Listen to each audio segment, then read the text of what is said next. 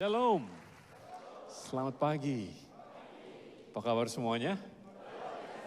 Luar biasa. Pagi ini saya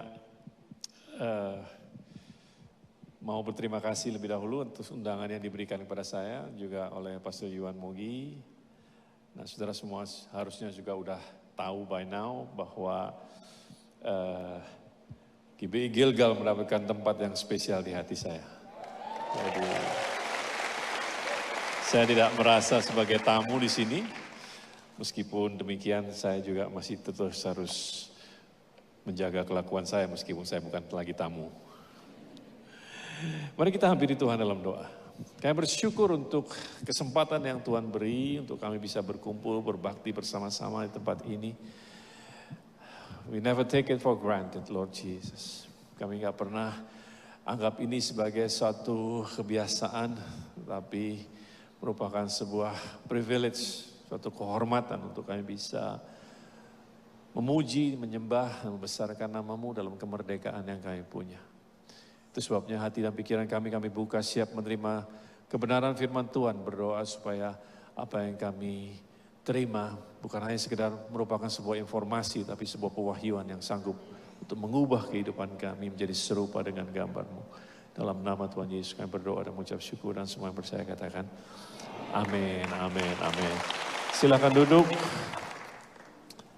Nah, saya diberitahu bahwa di bulan ini GBI Gilgal membahas tema soal power, soal kekuasaan. Menarik sekali, dan saya rasa kita perlu tahu sebagai anak-anak Tuhan bagaimana kita handle power, atau bagaimana kita mempergunakan kekuasaan kalau itu ada di tangan kita. Mungkin saudara berpikir saudara orang biasa, saudara nggak punya kuasa apapun juga, atau posisi saudara ada di bawah bukan di atas. Tapi apapun keadaan saudara sekarang, baik pria maupun wanita, saudara bisa belajar dari kebenaran firman Tuhan. Dan banyak orang berdoa mau jadi seperti Yesus. Dan saya yakin ini juga merupakan doa daripada semua saudara. Betul apa tidak? Kita mau menjadi seperti siapa? Yesus. Tapi pertanyaannya, apakah kita tahu menjadi seperti Yesus itu seperti apa? Apakah kita punya gambaran tentang sikap dan karakter Tuhan kita? Nah, terutama berkenaan dengan kekuatan atau kekuasaan. Itu sebabnya saya mau bawa saudara pada firman Tuhan, yaitu tertulis dalam Yohanes pasal yang ke-13, ayatnya yang ke-3 sampai ayatnya yang ke-8. Nah, saya ambil kali ini dalam terjemahan bahasa Indonesia sehari-hari. Dikatakan seperti ini, Yesus tahu bahwa Bapa sudah menyerahkan seluruh kekuasaan kepadanya. Dalam bahasa Inggrisnya dikatakan, He is fully aware. Dia tahu betul, tahu persis bahwa Bapanya sudah menyerahkan seluruh kepadanya. Ia tahu juga bahwa ia datang dari Allah dan ia akan kembali kepada Allah. Sebab itu ia membuka jubahnya dan mengikat anduk pada pinggangnya. Sesudah itu ia menuangkan air ke dalam sebuah baskom. Lalu mulai membasuh kaki pengikut-pengikutnya dan mengeringkannya dengan anduk yang terikat di pinggangnya. Sampailah ia pada Simon Petrus yang berkata, Tuhan, masakan Tuhan yang membasuh kaki saya? Yesus menjawab, sekarang engkau tidak mengerti apa yang kulakukan ini. Tetapi nanti engkau akan mengerti. Ayat 7 ini menarik. Atau mendingan saya teruskan dulu deh sampai ayat 8. Jangan Tuhan, kata Petrus kepada Yesus. Jangan sekali-kali Tuhan membasuh kaki saya. Tapi Yesus menjawab, kalau aku tidak membasuhmu, engkau tidak ada hubungan dengan aku. Kembali ke ayat yang ke-7 dikatakan, sekarang kau tidak mengerti apa yang kulakukan ini. tetapi nanti engkau akan mengerti. Memberikan kepada kita sebuah pengertian bahwa sebagai manusia, kadang kita tidak selalu mengerti apa yang Tuhan sedang kerjakan dalam kehidupan kita. Betul apa tidak? Nanti belakangan baru kita mengerti. Berarti ada waktu yang harus kita jalani. Percaya saja bahwa apa yang terjadi ini ada manfaatnya buat kita. Mungkin saudara sekarang juga sedang ada di kondisi yang seperti itu. Saudara tidak mengerti mengapa ini terjadi. Dan saudara mau mengerti pun saudara nggak bisa. Coba masukkan pada akal logika saudara pun saudara nggak bisa. Saudara perlu beriman, perlu percaya bahwa dia baik. Dan dalam segala keadaan dia tetap baik. Dan nanti ada waktunya. Saudara kemudian baru mengerti, I know it now. Saudara ngelihat ke belakang kepada kejadian yang lalu, yang dimana saudara tidak mengerti. Kemudian saudara kemudian bilang, saya bersyukur bahwa saya melalui jalan-jalan tersebut. Waktu kejadian saudara nggak bisa bersyukur. Waktu kejadian saudara mungkin bingung. Waktu kejadian mungkin saudara sempat komplain sama Tuhan. Dan saudara mencoba mengerti nggak bisa. Tidak mengerti apa yang sedang Tuhan lakukan. Tapi nanti itu jaminannya. Halo? Masih pagi ya? Tetapi nanti kamu akan apa? Mengerti. Itu janji dia. Sekarang mungkin saudara nggak ngerti, tapi nanti kamu akan mengerti. Nah kembali pada cerita kita ini, Yesus tahu persis, fully aware bahwa Bapaknya sudah menyerahkan seluruh kekuasaan kepadanya. Artinya dia bisa lakukan apa saja yang dia mau. Dan itu juga yang diharapkan oleh bangsanya pada saat itu, bangsa Yahudi. Ya, jangan-jangan ini Mesias yang mau datang untuk menyelamatkan kita dari penjajahan yang sedang terjadi pada saat itu terhadap kehidupan mereka. Dia bisa saja memakai kekuasaannya untuk menggulingkan penguasa pada saat itu. Tetapi apa yang Yesus lakukan begitu dia tahu bahwa semua kekuasaan ada di tangan dia? Dia justru ambil baskom, lepaskan jubahnya dulu, dia ambil baskom, kasih air, kemudian dia suruh murid-muridnya duduk, dan dia kemudian basuh kaki murid-muridnya. Kira-kira kalau saudara tahu semua kekuasaan diberikan kepada saudara, apa yang kira-kira saudara buat? Tentu membasuh kaki para pengikut atau pegawai saudara. Kalau kita pakai dalam bisnis setting sekarang, saudara diberikan kuasa untuk jadi CEO sebuah perusahaan. Saudara bisa lakukan apa saja dengan perusahaan itu. Tentu membasuh kaki bukan satu hal yang masuk dalam pikiran seorang pemimpin. Tetapi itu yang dilakukan sama Yesus. Tentu tindakan dia ini mengejutkan murid-muridnya. Sama sekali mereka tidak menduga apa yang gurunya akan lakukan terhadap mereka. Dan mereka belum pernah mengalami sebelumnya. Sulit buat mereka untuk masuk dalam pikiran. Guru atau rabi adalah seseorang yang sangat dihormati. Seseorang yang biasa dilayani. Dan dia mau melakukan sebuah pekerjaan yang biasa dilakukan oleh budak. Mencuci kaki pada saat itu adalah pekerjaan yang hina. Bukan sesuatu yang membanggakan. Tapi justru itu yang Yesus lakukan. Nah dalam hal ini Yesus mau membuat suatu pernyataan bahwa dengan membasuh kaki murid-muridnya, ini memberikan gambaran bahwa dia datang untuk membasuh dosa dan kesalahan mereka. Sebab Yesus mengatakan pada saat Petrus bilang, kamu gak perlu membasuh kaki saya. Dia bilang, kalau aku tidak membasuhmu, engkau tidak ada hubungan dengan aku. Dalam bahasa Inggrisnya dikatakan, you have no part with me. Dia katakan, kamu gak menjadi bagian daripadaku kalau aku tidak basuh kamu. Jadi merupakan satu simbol bahwa dia datang untuk membasuh, membersihkan mereka dari dosa dan kesalahan mereka. Sekaligus pada saat yang bersamaan memberikan pelajaran kepada kita semua bahwa cara yang baik bagi orang yang memegang kekuasaan, bagi para pemimpin untuk connect, untuk terhubung dengan bawahannya adalah dengan cara melayani mereka. Saya ulangi sekali lagi. Sekaligus memberikan gambaran, memberikan pelajaran kepada kita bahwa kalau kita menjadi seorang pemimpin, cara yang baik untuk bisa terhubung dengan orang yang kita pimpin, yaitu dengan cara melayani mereka. Cara yang terbaik buat seorang ayah untuk bisa connect atau terhubung dengan anak-anak mereka adalah dengan jalan melayani mereka. Cara yang terbaik buat seorang suami untuk bisa connect dengan istri adalah dengan apa? Melayani mereka. Bukan demand, bukan menuntut untuk terus dilayani, tetapi berani untuk melayani mereka. Nah, secara gravitasi atau secara alami memang turun ke bawah jauh lebih mudah daripada naik ke atas. Betul apa tidak?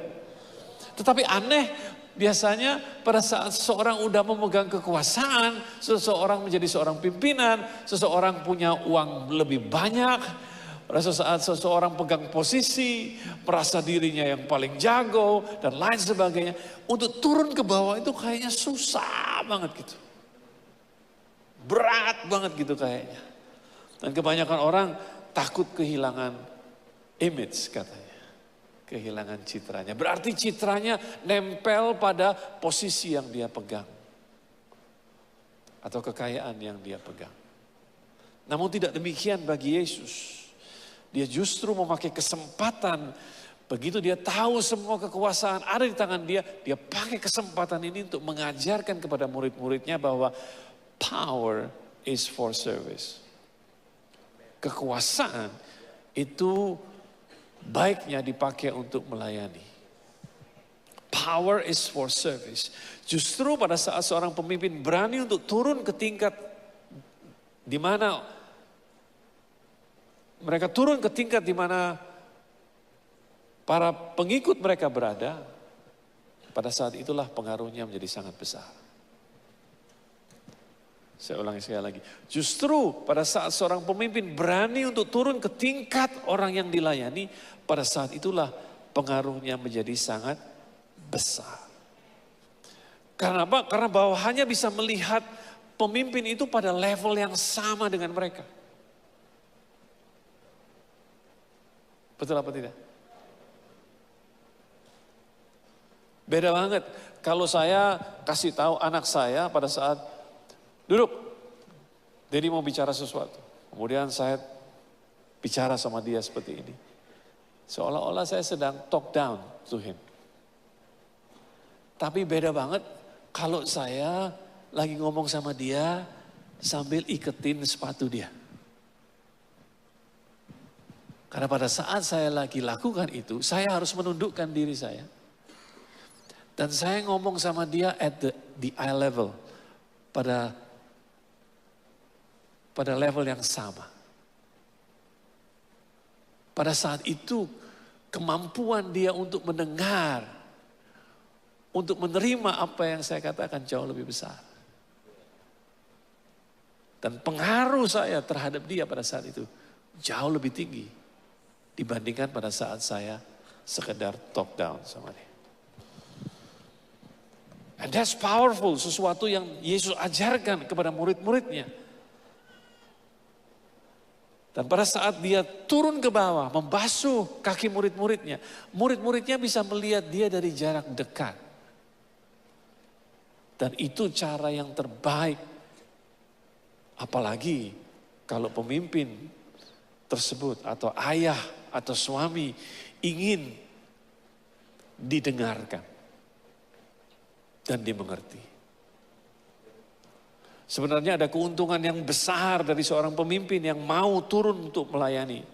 Karena pada saat itulah dia memberikan contoh bagaimana seharusnya bagaimana standar yang dia inginkan. Yaitu kalau dia mau turun ke bawah untuk melakukan apa yang dilakukan oleh bawahannya.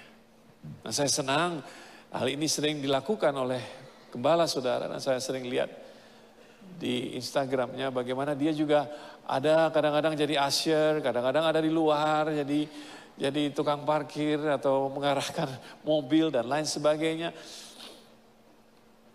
That's something yang seharusnya juga sering dilakukan oleh seorang pemimpin. Dia sedang memberikan contoh kepada saudara semua bagaimana saudara seharusnya harus melakukan di tempat saudara masing-masing. Yesus memberikan contoh bahwa kuasa itu bukan untuk gaya-gayaan. Halo? Power itu bukan untuk menjadikan seseorang jadi arogan, menjadikan seseorang jadi sombong. Dan juga tidak digunakan untuk kepentingan sendiri.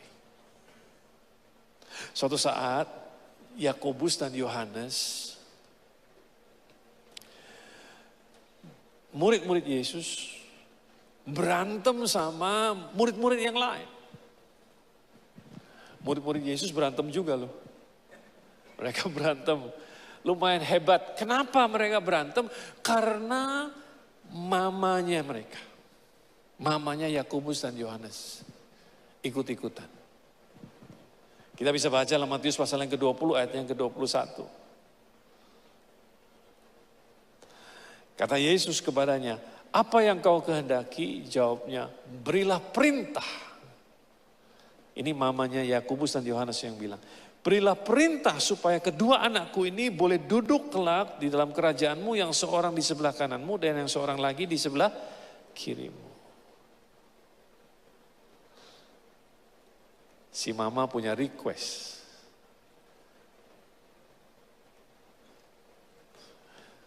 Tante ini minta Yesus menggunakan kekuasaannya untuk menguntungkan kedua putranya. Kemudian ayat 24, mendengar itu marahlah ke 10 murid yang lain kepada kedua saudara itu.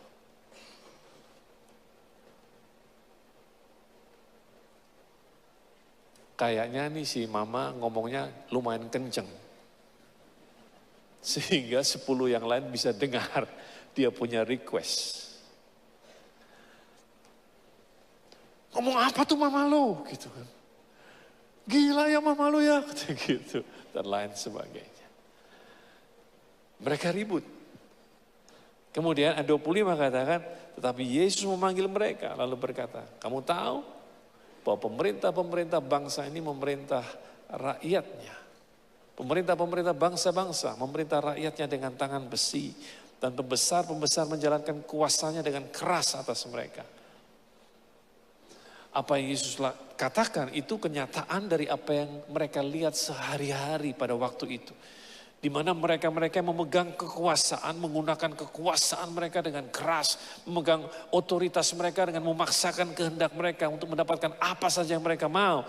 Untuk keuntungan mereka sendiri, bahkan dengan cara mengorbankan orang lain. Tapi ayat 26 Yesus bikin satu statement. Tidaklah demikian di antara kamu. Jadi harus apa? Harus beda. Halo? Harus apa? Harus beda. Tidaklah demikian di antara kamu. Ada yang mau jadi seperti Yesus? Harus beda. Tidaklah demikian di antara kamu. Barang siapa ingin menjadi besar di antara kamu, hendaklah ia menjadi pelayanmu. Dan barang siapa ingin menjadi yang terkemuka di antara kamu, hendaklah ia menjadi hambamu. Sama seperti anak manusia dikatakan, datang bukan untuk dilayani, melainkan untuk melayani dan untuk memberikan nyawanya bagi tebusan bagi banyak orang. Masih ada yang mau jadi seperti Yesus? Mau jadi seperti Yesus bukan demanding, bukan menuntut untuk terus dilayani. Untuk terus diperhatikan. Dan kalau tidak dilayani, kalau tidak diperhatikan ngambek. Gak mau lagi datang ke kebaktian, gak mau lagi datang ke gereja. Nah, kalau saudara mau jadi seperti Yesus, dia datang bukan untuk dilayani. Dia datang untuk apa? Untuk melayani. Bahkan dia berani untuk meletakkan jubahnya Tanda bahwa he is the man. Dialah pemimpinnya. Dia letakkan jubahnya. Dan dia layani. And that's the power of gospel. Menurut saya itu salah satu kekuatan daripada kabar baik yang kita punya. Dan itu yang dia contohkan buat kita. Bahkan dia berani mati sampai di atas kayu salib. Mengorbankan dirinya sendiri. Untuk kepentingan orang banyak. Dan itu yang kita celebrate hari ini. Itu yang kita peringati hari ini. Tapi sayang, gak banyak orang yang mencontohkan hal ini.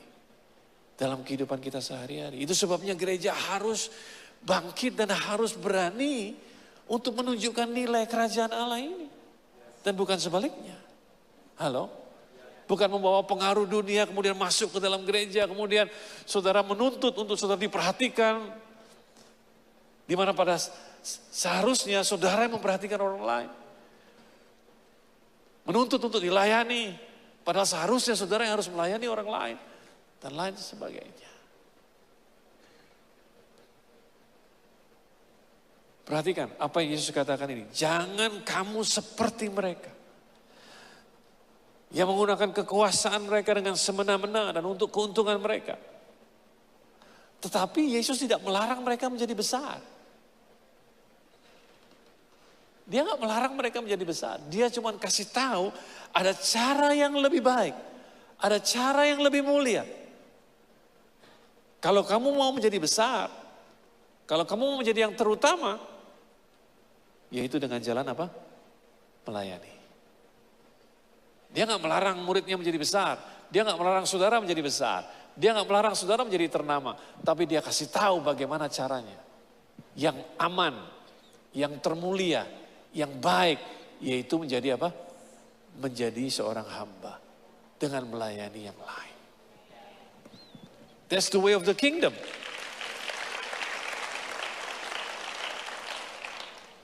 Melayani bukan karena keharusan.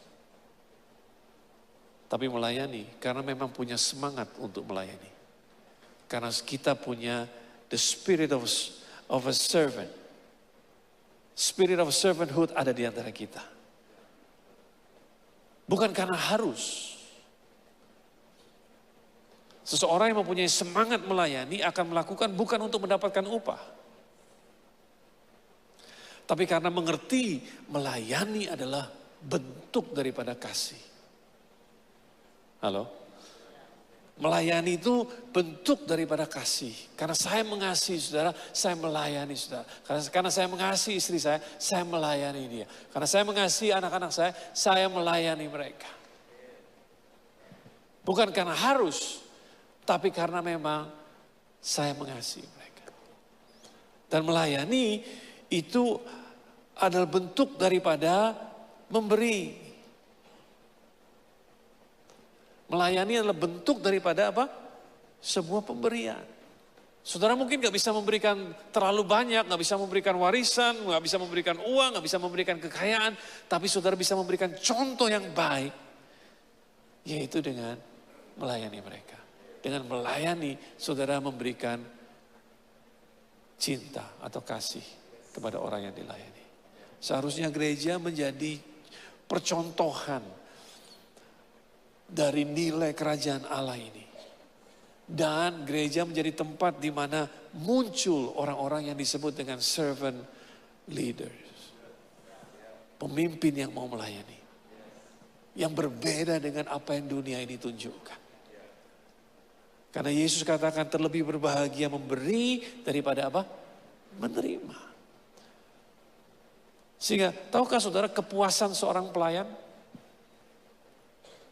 Bukan pada saat dia mendapatkan upah.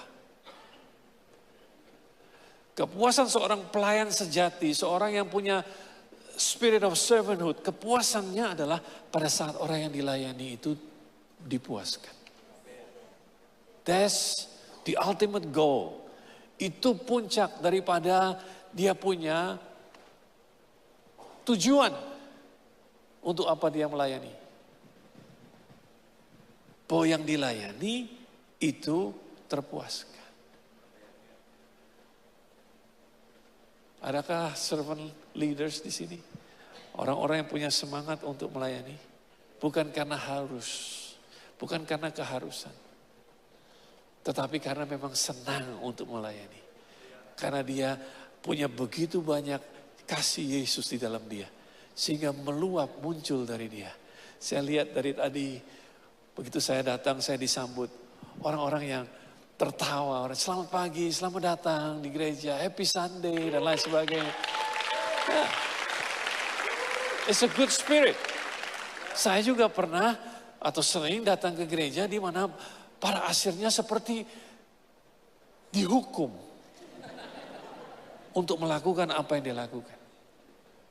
Ini gara-gara lu nih datang ke sini, gue mesti datang, gue mesti berdiri sini. Gara-gara lu nih semua datang, gue mesti ada di sini. Selamat pagi. Selamat pagi. Pagi. Yang datang juga kalau dengan beban yang berat tambah berat gara-gara ketemu orang seperti itu. Tapi kalau orang yang saya tadi datang pikir gini, aduh saya mesti khotbah 5 kali. Dari jam 9 sampai jam 6 sore nanti setengah 7 saya masih ada di sini. Driver saya bilang, Pak sampai malam nih katanya. Iya Pak, waduh katanya. Tapi begitu muncul di Gilgal, happy Sunday, selamat pagi.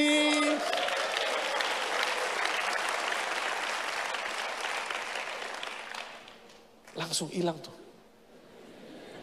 Betul. Kadang-kadang kita gak sadar bahwa hal yang kecil bisa melepaskan sesuatu yang besar. Sama seperti selalu saya katakan, kunci untuk membuka sebuah pintu yang besar itu selalu kecil. Saya belum pernah lihat kunci sebesar pintu. Belum pernah lihat. Jadi kalau saudara mau membuka pintu mujizat, saudara mau membuka pintu berkat, pintu keberhasilan, saudara cuma perlu hal yang kecil. Tetapi kunci yang sama yang saudara pakai untuk bisa membuka adalah kunci yang sama yang saudara bisa pakai untuk menutup.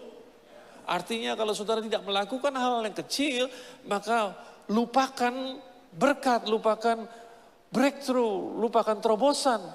Karena saudara sendiri yang menutup. Dan ini yang harus kita contoh.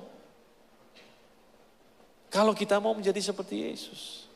Menjadi orang-orang yang rendah hati. Tahu orang yang rendah hati itu apa?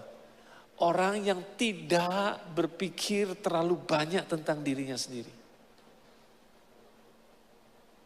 Dalam bahasa Inggrisnya dikatakan begini. Not to think less about ourselves, but to think about ourselves less.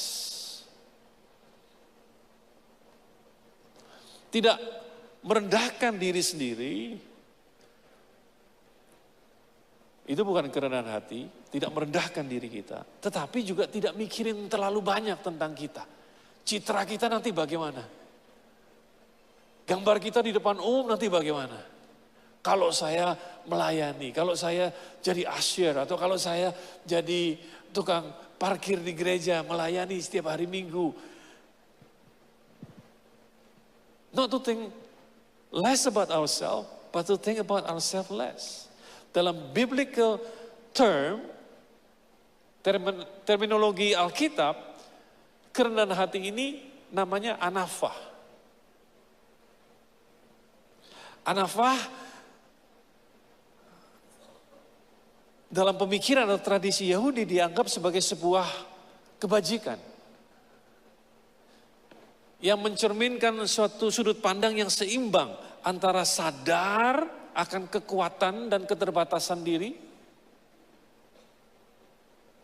menyadari harga dirinya tanpa ada kesombongan, tetapi pada saat yang bersamaan juga menyadari dan menghargai harga diri orang lain. Itu anafah. Anafah menyebabkan seseorang bertindak dengan rasa hormat, lembut, dan punya rasa tanggung jawab terhadap orang lain. Gak semau gua. Itu anafah. Tapi dia juga tidak merendahkan dirinya. Supaya seolah-olah kelihatan rendah hati. That's fake humility. Ada 3 aspek dalam kerendahan hati yang Alkitab tunjukkan yang berbeda dengan apa yang dunia ini tunjukkan. Yang pertama menyadari posisinya. Dia sadar posisinya.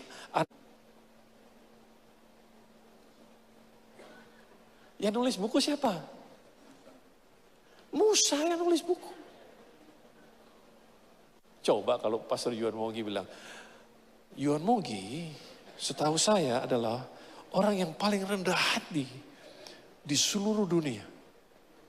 Tidak ada orang yang melebihi Yuan Mogi. Saudara bilang apa? Sombong banget tuh dia. Sombong banget itu. Ya kan? Apakah Musa sombong? No. Dia punya pandangan yang jelas tentang dirinya sendiri. Itu anafa. Kalau memang dia jago, ya dia bilang, saya jago. Maunya seseorang jago main golf gitu. Terus dipuji, wah dia jago banget. Enggak, gue masih beginner, gue masih mulai. Begitu main ternyata jago banget. Itu mah bukan rendah hati itu. Itu gak tahu diri. Gak kenal dirinya siapa. Ngerti gak sih? Kalau yang jago ya bilang jago. Saya pernah ketemu seorang pelukis yang memperlihatkan lukisan-lukisannya kepada saya. Kemudian saya tertarik. Kemudian saya bilang, saya tunggu istri saya datang, saya ingin beli salah satu lukisan. Terus dia langsung bilang, lukisan saya mahal. Tuh kan? Dia bilang, sombong banget dia, berapa sih gue beli? No, dia cuma kasih tahu, lukisan saya mahal. Karena memang mahal lukisannya. Dia bilang apa adanya, lukisan saya tidak ada yang murah, lukisan saya mahal. Karena apa? Karena saya sudah melukis puluhan tahun. Dan saya sudah menempatkan reputasi di antara semua pelukis yang lain. Anafa. Itu orang yang demikian. Makanya Yohanes juga tulis. Dia adalah orang yang paling dikasihi oleh Yesus. Masalahnya cuma ada di buku siapa? Di buku Yohanes. Gak ada di buku lain.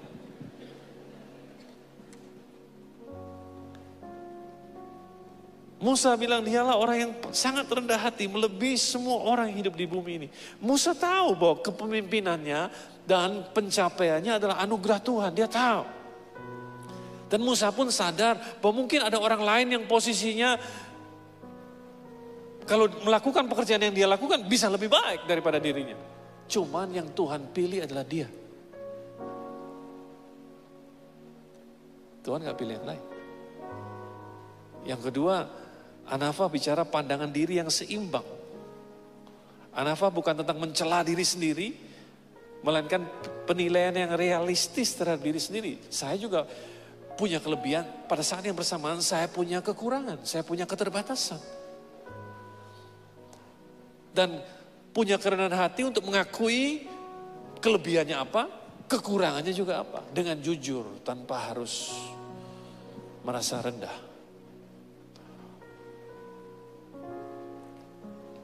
Yang ketiga, peduli terhadap orang lain.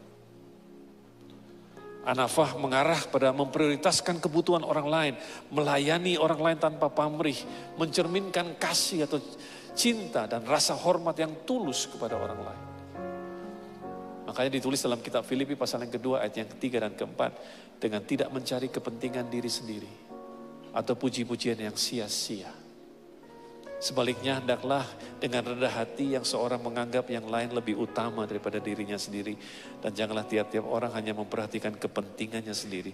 Tapi kepentingan orang lain juga. Kalau kita bisa praktekkan ini dalam kehidupan kita bersama sebagai gereja. Wow. That's wow. Dan itulah jalan untuk menjadi besar. Itulah jalan yang mulia untuk menjadi yang terutama. Dan itulah jalan kalau kita mau jadi seperti siapa? Seperti Yesus.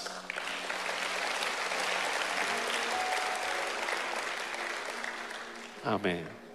Amin.